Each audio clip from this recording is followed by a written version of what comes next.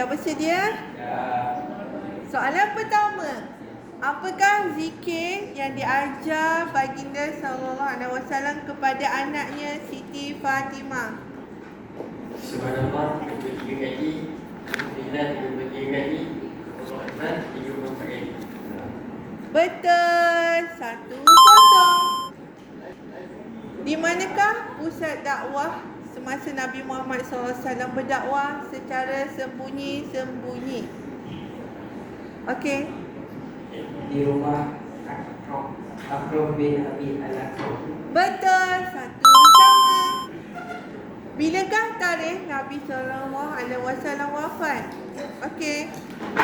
16 Rabiul Awal tahun ke-11 Hijrah. Betul.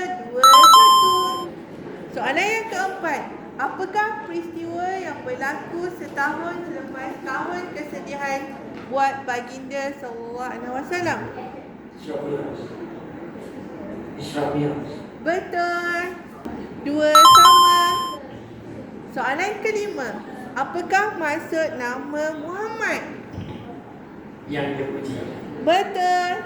3-2. Seterusnya, siapakah sahabat Nabi Muhammad SAW yang diberi gelaran As-Siddiq kerana sangat mempercayai kebenaran Nabi?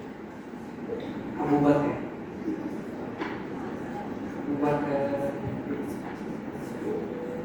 Sayyidina Abu Bakar. Betul. 3 sama.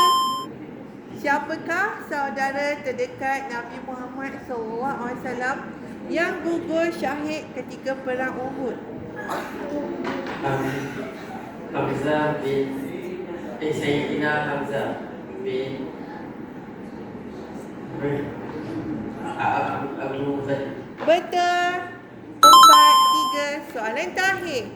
Siapakah nama anak-anak Nabi SAW? Qasim, Abdullah, Ibrahim, Zainab, Fatimah, Ruqayyah, Umi Kalsum. Betul. Tanya.